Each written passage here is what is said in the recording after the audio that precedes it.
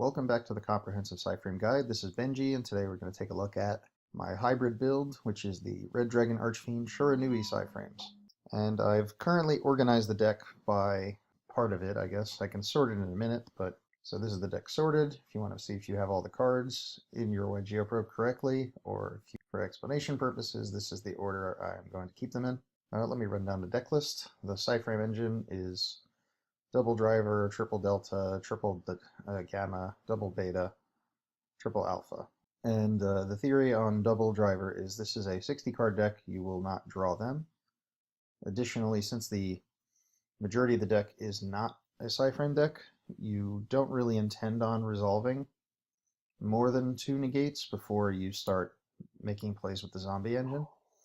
And for that reason, you don't need a third driver. So it just adds a brick, and the odds of needing the third driver are pretty low. The only time that really comes up is if a Pot of Desires goes wrong. Double beta is here because this is a go second deck. The idea is to disrupt your opponent's turn 1 play and then make plays on your turn. And for that reason, you'd rather have the extra card, and beta is just not live on your first turn, so you'd rather not play 3 of it. Alpha you do want to play on turn 1 just so you can search anything. Soon I'm going to be adding evenly matched to the deck list, so when evenly matched gets added to the deck list, I'll probably replace an alpha and a delta, each with a evenly matched, but I haven't been able to get a hold of them yet. They are kind of expensive, and not really sure what I want to put them in for, so probably the delta, the alpha. So continuing the Psy-Frame engine, I'm including Ghost Ogres only because they are psychics, so they have synergy with E-Telly. So if you ever have a level 4 on field, like a Mizuki, you can just E-Telly into the Ghost Ogre or any of the Psy-Frames to go into either a Chanbara, a Zeta, a Black Rose, or a I think I got it all, Stardust Charge Warrior. I only play 1 copy of the field spell because you never really have that many Psy-Frames in hand, but it is possible to search the field spell using either Alpha or Psy-Frame Overload, so when you do have a lot of them, then you search the field spell, or if it gets milled, you can add it to your hand by using a Zeta. So one of it seems fine. I found it bricks most of the time because you just don't have enough Psy-Frames to justify it. I play 1 Psychic Field Zone because you don't really have... There's no guarantee you even activate a Psy-Frame on your opponent's first turn, which is really the only time you're going to be able to resolve this card. It's also good late game, so if you draw it late, you'll probably resolve the Psy-Frame, or if you draw it early, you really need to have a Psy-Frame that can negate something, and if it's beta, you can't do anything, so there are some limitations on how good this card is in this deck.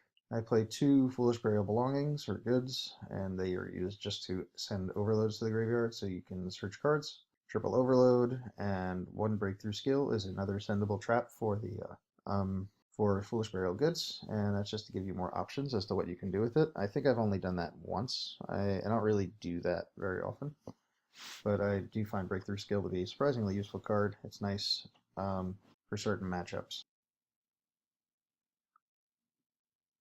Alright, so while you're really going to send these to the graveyard with Foolish Burial Goods, you can also send these to the Banish Zone with Gold Sark. If you have Omegas on the field, then you can immediately put them into the graveyard, so it's pretty neat as well. Moving on to the zombie engine, I play 1 Ash Blossom and Joyous Spring, which is a zombie, so it can be revived with Mizuki. Additionally, it gives you another card you can use if you have Psy-Frames on the field, just like Ghost Ogre. I only include the Maxi here because it's still a hand trap, and then we're kind of done with the hand traps at this point. Play triple Shiranui Solitaire, which is a 1 card level 8 Synchro. So you can summon any level 8 Synchro in the deck with this, because Solitaire will tribute itself, summon the Uni Zombie, and then send a Mizuki, and then Mizuki will revive the Solitaire, giving you 2 level 4s, 1 being a tuner, allowing you to summon a level 8 Synchro. Now, the interesting thing about Solitaire is you can actually tribute any zombie on the field to summon a zombie tuner with 0 defense from your deck, so if you ever get one of your zombies locked face down, maybe with a Floodgate Trap Hole or a Quaking Mirror Force, you can draw this and use it to tribute monsters on your field to summon tuners. So it's got a little bit more utility than that. It also combos with the Shiranui Spectral Sword to make Crystal Wing. And the one last thing I want to mention about Solitaire is that it's kind of the dream to have Solitaire and Gammas, Because if you go first and use Solitaire, your opponent only can respond with hand traps, and they will most likely respond either with an Ash Blossom, a Maxi. So because Solitaire attributes itself as cost, if they wait until you tribute to guarantee that you're using a card effect, and they Maxi you, you can just negate the Maxi with the Psy-Frame Gamma and get 2 Omegas instead of 1, making it so that they'll be playing with significantly less cards on their first turn. If you actually have 2 Gammas and they have Ash Blossom and Maxi, you could potentially have 3 Omegas on turn 1. And then they have 1 card on their first turn because you take 3 of them and they wasted 3 of them, so 2 of them. So that is the dream hand, and it doesn't happen often. It has never happened to me, but I really wanted to. But definitely 2 Omegas that way has definitely happened before. Then I play 2 Uni Zombies. Now Uni Zombie is essentially the same as drawing a Solitaire if there's already a level 4 zombie in the graveyard, because then it's kind of like you've already used the Solitaire to get into the Uni Zombie, so the ratios make sense in that way, that you actually want 3 Solitaires because it's a better starter card than Uni Zombie, but Uni Zombie is fine later. In testing, I found that I like to have access to 3 Mizukis, but you don't really need 3 Mizukis to play, but if you lose one off of Desires, it's kind of a problem for later plays, because after you get the first Omega on the board, the second one becomes a little harder to use because Mizuki wants to get back Uni Zombie. Then Uni Zombie will send the second Mizuki and then summon back the Solitaire. And then you already have both of your Uni Zombies banished, so it makes it kind of easy for your opponent to a third. So you really need your Omegas to put back both of them all the time, giving you a little bit less options, because there's a lot of cards you want to unbanish with Omega, so between the Breakthrough Skill, the Overload, all the Mizukis, Glow Up Bulb, other things. You don't want to have to be getting the Mizukis, you want them to be in the deck, so I like having all 3. I played double Shiranui Spirit Master. He's essentially the same thing as a Uni Zombie later in the game if Solitaire's already in the graveyard, and he's just good. He's a good weapon for snow. He adds an additional disruptive play on your opponent's turn. So if he gets banished, you destroy a face-up card of the field. So if you snow, you can actually chain both effects in any order to make one of them resolve if you suspect a Solemn Strike. So that's pretty cool. Something else I like to mention whenever I talk about this card is that if your opponent's playing Heroes or plays Macrocosmos or D-Fissure, you can just mill this using either Foolish Burial or Uni Zombie, and then you can activate his effect. Because neither Foolish Burial or Uni Zombie are a cost to send the card to the graveyard, so you can still attempt to send cards to the graveyard. It's just cards that would be sent to the graveyard are banished instead. So when when this card gets banished, he'll blow up cards. Yeah. I played 2 Necroface because it's limited 2, and it is a normal summon, so it's not the best card. But it does let you reload your deck. So if you use Fairy Tale Snow, you can banish cards you want to reload into the deck, your entire extra deck. Pots of Desires and other things to reload the deck. I've made him pretty strong before. You can even like draw into grass really late and then reload the deck so your grass is live. He's also like your secondary target for Gold Sark. If you already have grass, there's nothing really to take, and depending on the time of the game, you might want to Gold Sark into Necroface just to get into your hand so you can reload the deck after a Pot of Desires. So if you open Pot of Desires and Gold Sark, you can't play Pot of Desires and search grass because it just doesn't work. So you kind of have to have a secondary choice in that scenario. So if you open Desires and Gold Sark, you're going to want to use your Gold Sark on Necroface so you can reload the deck so that if you do draw the grass, finally, play 1 copy of Shiranui Spectral Sword. It's just nice to have a level 2 tuner that Solitaire can become. Solitaire right here can actually become a level 3, 4, 5, or level 5, 4, 3, 2, or 1 tuner. So he can become a 5 by using Uni Zombie's effects, both of his effects. He can become a 4 by using one of Uni Zombie's effects, a 3 by using neither of Uni Zombie's effects, or a 2 by summoning Spectral Sword, or a 1 by summoning Scapegoat. While Spectral Sword's in the graveyard, you can activate his effect to you target a non-tuner zombie in your graveyard, and you banish this card and that card and special summon a Synchro type zombie. And the Synchro zombie in this deck is Doomkaiser Dragon, which normally requires a Plague Spreader zombie, but because we're doing a special summon, it actually can avoid that restriction. But then when the Solitaire gets banished, it will trigger its effect to special summon a banished Shiranui monster, and usually you'll special summon back the Spectral Sword, giving you access to Crystal Wing or any other level 8 synchro monster. I play the One Escape Ghost, which acts as a glow-up bulb with a Mizuki. Also, it's summonable from the deck with Solitaire. It's pretty versatile. Its flip effect comes up every once in a while, mostly defensively. You can just flip this and go into a high-speed Roy Chambara, which is a level 5 monster, which can help if you have access to an Uni Zombie for making a Crystal Wing, or Chambara just pushes for massive amounts of damage, so you could just use that to beat your opponent. But yeah, it's not a terrible flip effect. It essentially turns this level 1 monster into level 4 monster. So if you have an Uni Zombie in hand, you can just normal it next turn in Black Rose. I play one Jet Synchron just because it's an additional form of a glow bulb and a discard outlet. There are a lot of good cards to discard in this deck: Breakthrough Skill, Overload, Mizuki's, Spectral Sword, Fairy Tale Snow, actual glow bulb. So these level 1 tuners all allow you to make your Zetas into Omegas or other level 8 Synchros, allowing you to recur your Psy-Frames using your Zetas. This deck has too many normal summons as it is, so I'm only playing 2 Fairy Tale Snow. I've tested it with 3 Snow and 2 Mizuki, and I find that Mizuki is just a little more live, so I went with this ratio. It's a decent card to top deck because sometimes you run into some Floodgate monsters, and this is like one of the only ways to deal with them. Play that Grass is Greener because it is a 60 card deck full of really good millable cards. I'm maining 2 board wipes, 1 Raigeki, 1 Dark Hole. Originally these were Solemn Strikes, but with the way the format's been going and that this is a go second deck, it makes more sense to main these. You can destroy most of the Spiral board with these, but not all of it. But it was pretty good at breaking the Zoo board. Play Triple Pot of Desires because that gives your Omega access to a lot of cards to unbanish from the graveyard, and it's almost like you go +4 when you have Omegas out, or +3, +4.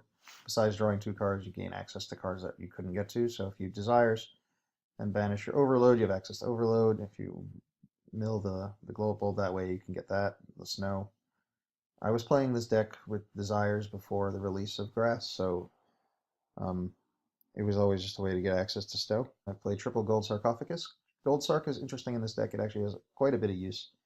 If you need access to either a level 4 banished Spirit Master or a level 2 banished Spectral Sword, you can use Gold Sarc to send your Solitaire, giving you a free special summon of a banished Shiranui.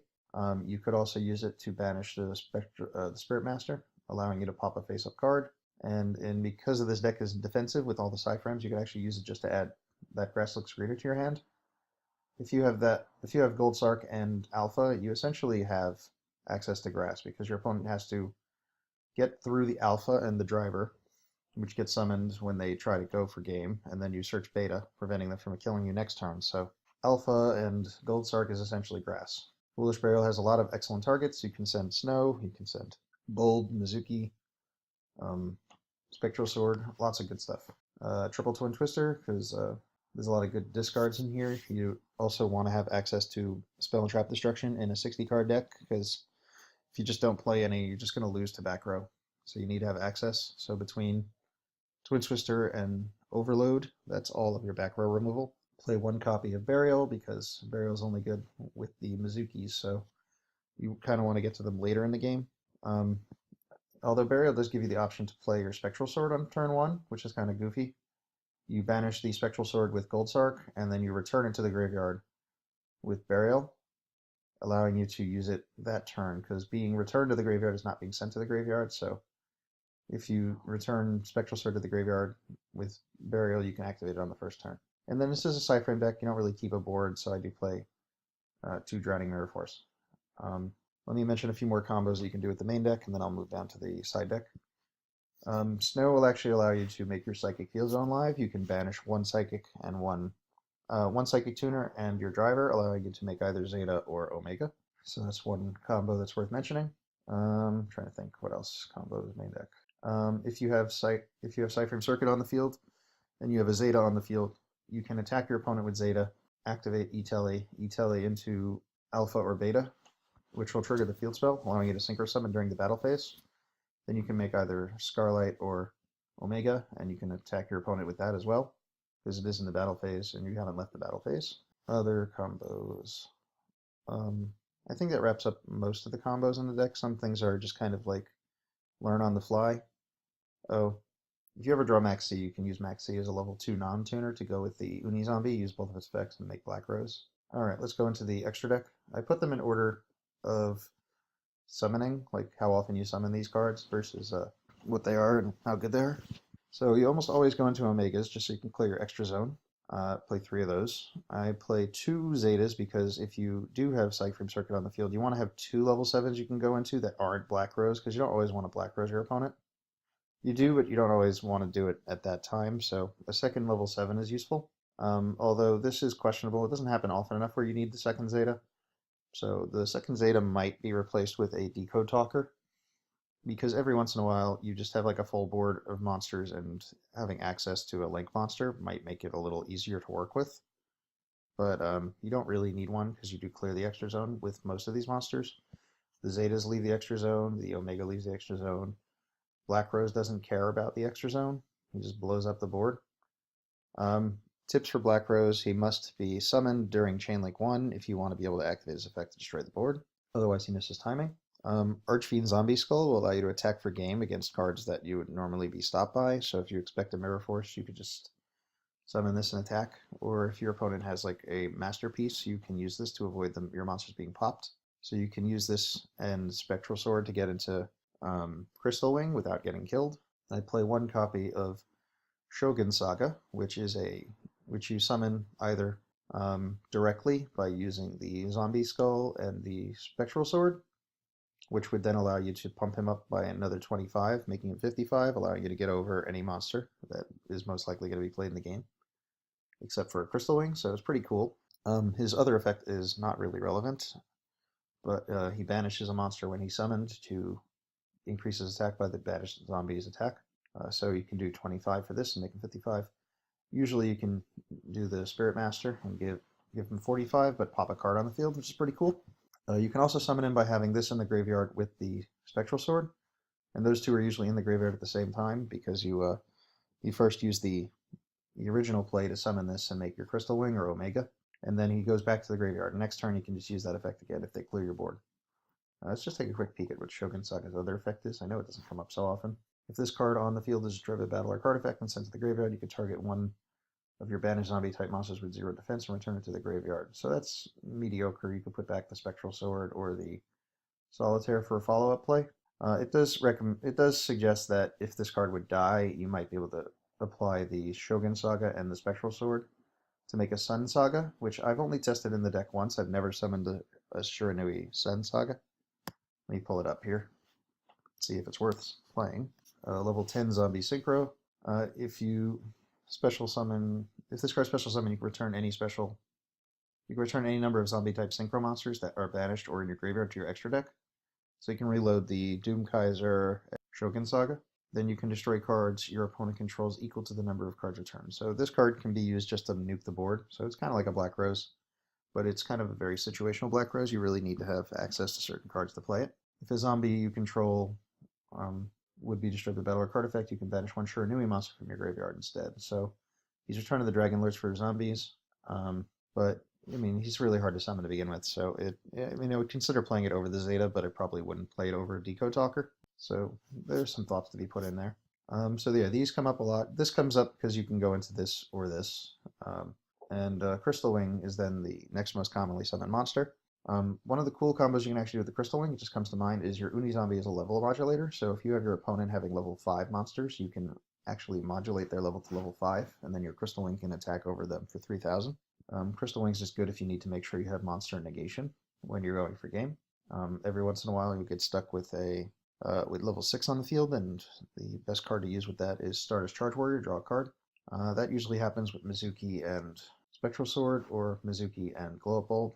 Level climb and try and get another card. At some point your Omegas don't become as useful and you want to make Scarlight. Scarlight can pop the board, and then you can summon like a Glow Up Bulb from the graveyard or from your hand and make Abyss, and Abyss is essentially DDD's Siegfried, but for any card, so you can negate any face-up card on the field until the end of the turn. This is the card that lets you attack for game through back row, because you can just negate a Mirror Force or a Quaking or something. It doesn't always work out that way, but it's very nice. Hot Red Dragon Archfiend Bane can be used to tribute itself in the extra zone and summon back any of the Red Dragon Archfiends to the main monster zone. So unless you need one of them in particular, you can just move himself so that you have access to it. Both of these guys have effects that when they inflict damage to your opponent, they special summon tuners, so you can use him to move himself and then use the tuners to make another synchro. For example, let's say you attack your opponent directly, you can summon a Ghost Ogre from your graveyard and an Uni Zombie from your deck. And then the Uni Zombie can send a Mizuki, and the Mizuki can revive a level 4, and then the Bane is in your way to summon a synchro, so you can tribute the Bane and then move it to the main monster zone. So yeah, having access to those is pretty cool. Another thing you can do with this is if you have overload on the field, you can use Bane to reload your field full of Psy-Frames so that you can use overload bullets from the field. So every time he inflicts damage, he summons bullets for overload. Same thing for him. He summons one tuner from your graveyard, and he summons one from your deck and graveyard with the same level. So he's a little more open and has a better effect. He clears your extra zone but summons more tuners. The problem with him is if you want to summon a Psy-Frame tuner, you really need that to summon a level 1 to give you a little more freedom, because the only level 2 tuner in your grave that isn't a Psy-Frame would be the Spectral Sword. I play one Stardust Dragon, which is questionable. I haven't really gone into it since I put it in here, except in the zoo matchups, because it would stop Trident, but it's okay. It doesn't come up often enough, but it does give you the option to play Starlight Road in the side deck, which I haven't really done. And one Shandbar for pushing for game, or just a level 5, giving you some more options. The side deck is really kind of up in the air at the moment. I haven't really decided on what I want to play since the format's changed. But some cards are good. I'll mention some. Warnings and Solemns are good if you know you're going first, but you have to make sure you're going first. I really like Breakthrough Skills, so I put that in here, and I up the Drowning counts just because I really love Drowning. I think it's a great defense. It doesn't activate floating effects, doesn't target, so it gets most things. Link monsters run right into this.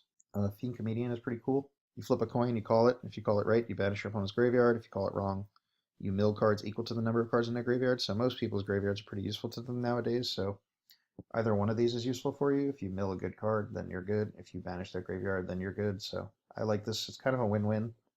Although it always comes up when you're playing this card that there's a more desirable scenario. So got to worry about that. Play another 2 Ashes on the side because personally, depending on the format, I found Ash to be a little bit mediocre because this is not a very offensive deck, so stopping one card isn't that helpful, where you need to have kind of more specific things happening. But if Ogre's not effective, then this might be better. But you want to have access to your E-Telly, so I don't know. When you're going first, I like to have access to Thunder King Ryo, prevent your opponent from doing any searching at all, kind of like a mistake. And then you can negate a special summon. So this was good in the zoo format. You kind of make them play slowly and awkwardly, and then you would negate their summon. This is kind of here for evenly matched, but I haven't really played this in a while. So the side deck is kind of iffy, so it's all adjustable. Droll and Lockbird is not a hand trap I really recommend, just because this deck doesn't put out enough offense guaranteed on turn 2, so you can't necessarily OTK your opponent on the second turn, and for that reason, Droll or Lockbird is kind of an iffy card. They'll just make their plays next turn. So yeah, that's going to wrap up this video of the comprehensive Psy-Frame guide. Next time we're going to take a look at Totally Psy-Frames, which is a deck that me and my brother have been making theoretically, but we haven't actually built it. But I'll show that to you next time.